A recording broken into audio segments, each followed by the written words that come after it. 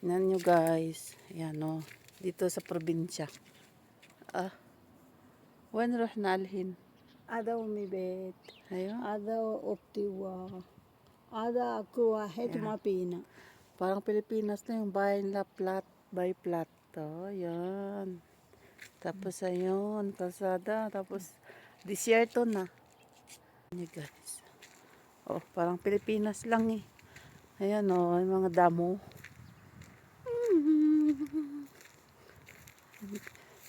Sarap magtanim ng kamote dito. Ayan, may tubig. May tubig. Aisha, Fimoya hina. Aywa. Ang ganda. Oh, yan niya.